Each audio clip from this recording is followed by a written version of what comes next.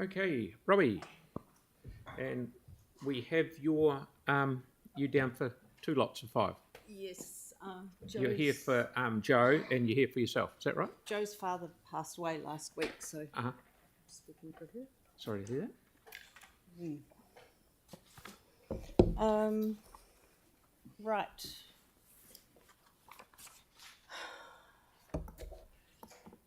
Okay.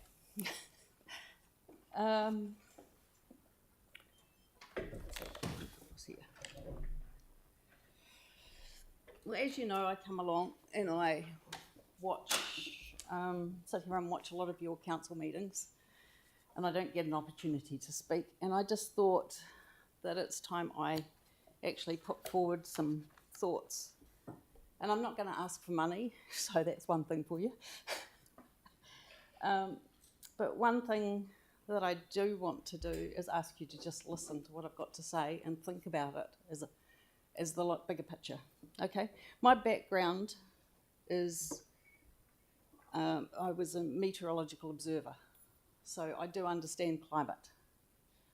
I've also worked in geology, meteorology, done lots of other things, and have what I call a strategic thinking ability from years of experience in different fields and mixed up.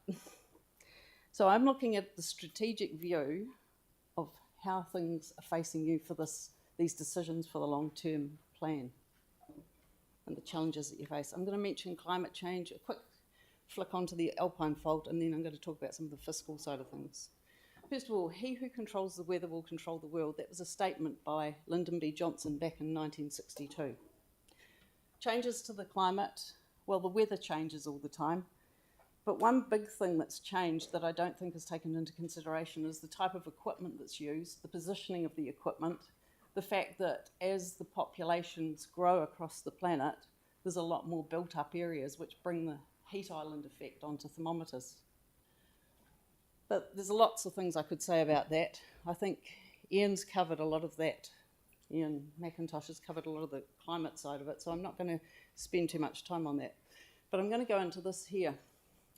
The UN Intergovernmental Panel for Climate Change, the co-chairman, Ottmar Edenhofer, he was the co-chair of that panel from 2008 to 2015, and he made this statement: "We just redistribute de facto the world's wealth by climate policy.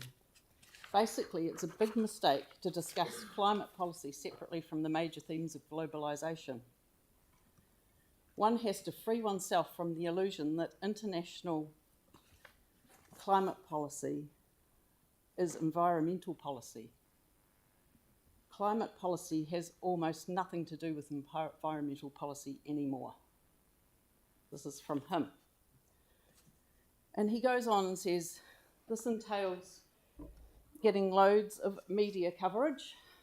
We have to offer up scary scenarios, make simplified dramatic statements, and make little mention of the doubts we might have.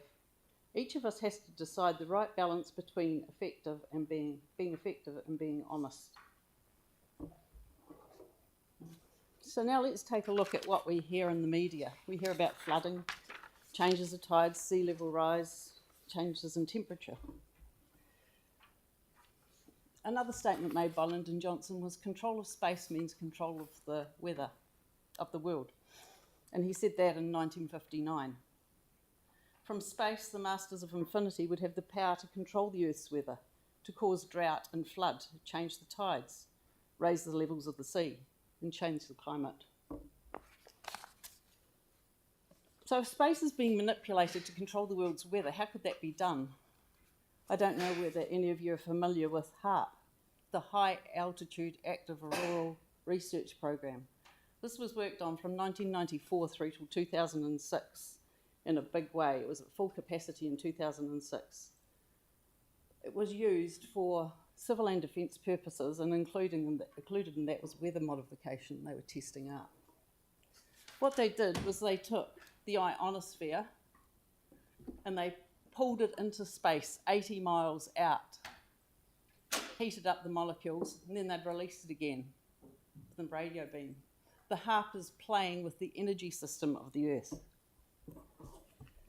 These photos here, the one down the bottom left and the one in the middle up the top, are both facilities, HARP facilities. The one in the bottom left is actually at Birdlands Flat. That was being worked on at the same time as the Gacoma one in Alaska by the Department of Defense from the US. You can't see on there, but the one on the bottom left is another phased array, and that's actually down at Naseby, and it's just been put in 2022. The Birdlings Flat one is a phased array. That's the later technology of phased array. We went to a Cafe Scientifique meeting in January, and the guy there was telling us, he was the head lead over in Australia. He was telling us about how they were using lasers, electromagnetic radiation, magnetic radiation, radiosondes, polar laser, and they were determining why the atmosphere didn't retain levels of cloud cover. He didn't know who the benefactors of that information was. Now I take you to the Alpine Fault.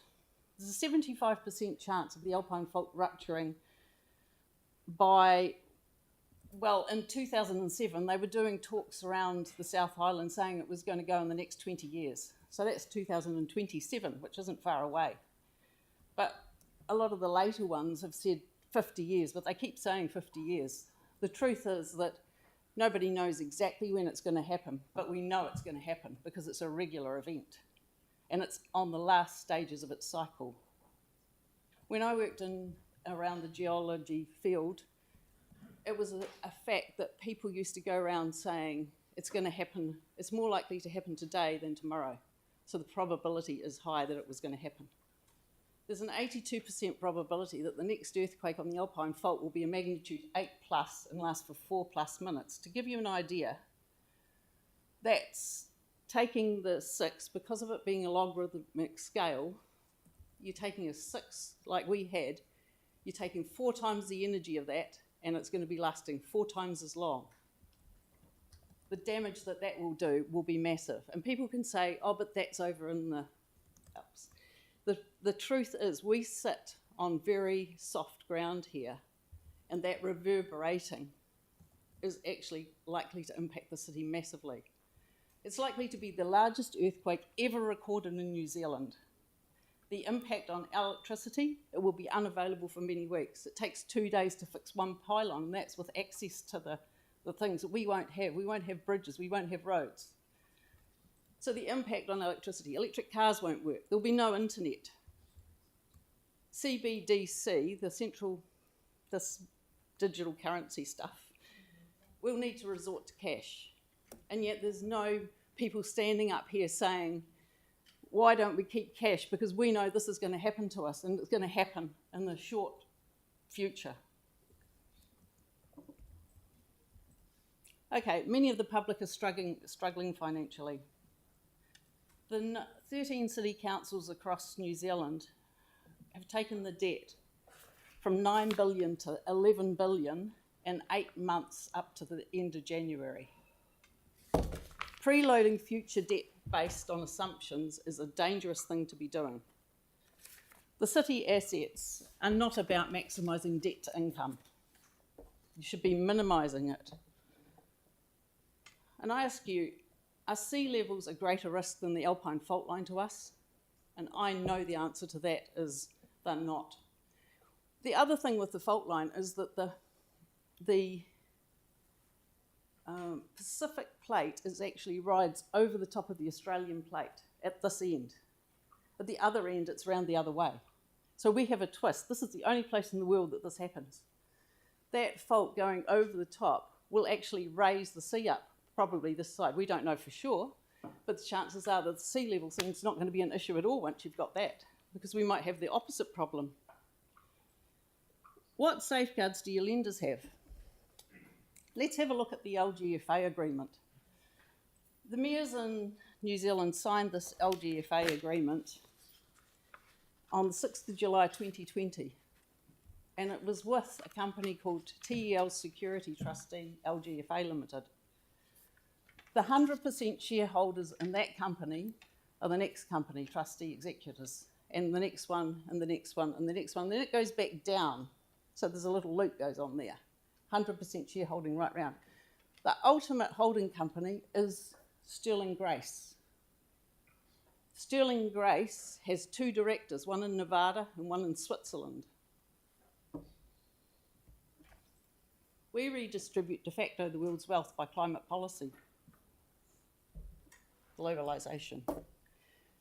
One of the first steps to better management of climate change and heading forward, I think, is at the moment we're under UN decision making. It's irreversibly global when you go that direction. It's control. It's imposing targets and deadlines.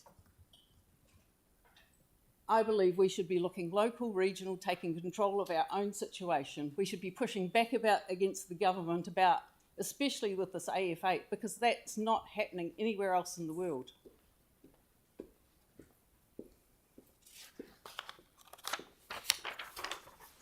Be careful who you listen to. I don't know, is anybody familiar with this document here?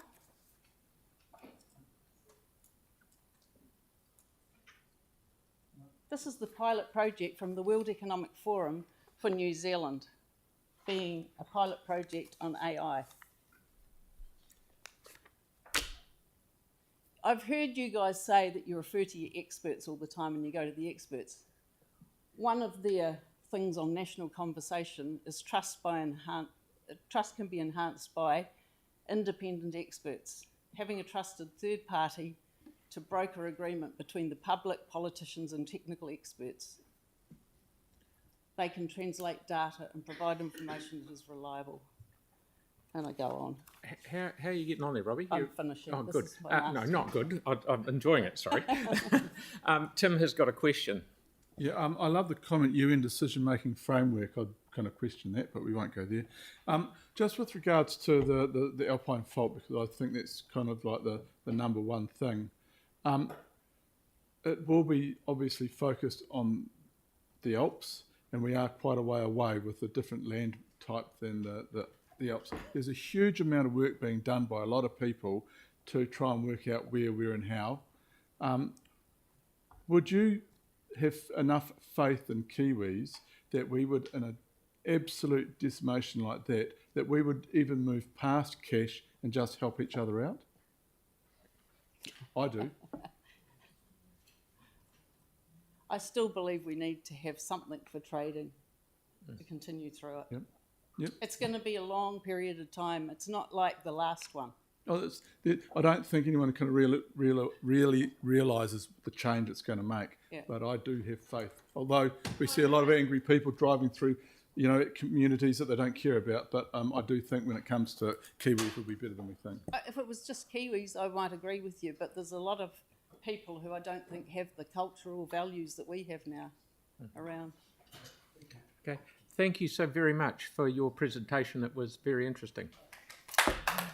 I believe that you need to do a lot of research and understand all this stuff. Yep. And I find it very hard that the Christchurch City Council doesn't have a risk management assessment for the Alpine Fault. We do. We do. Well, We have I didn't know IA and got told you didn't. If we could, I'll get you one. yeah, if we could pass that information on. We'll get it to you, Robbie. Phil, maybe we should. Okay, work on that Steph, please. movie idea.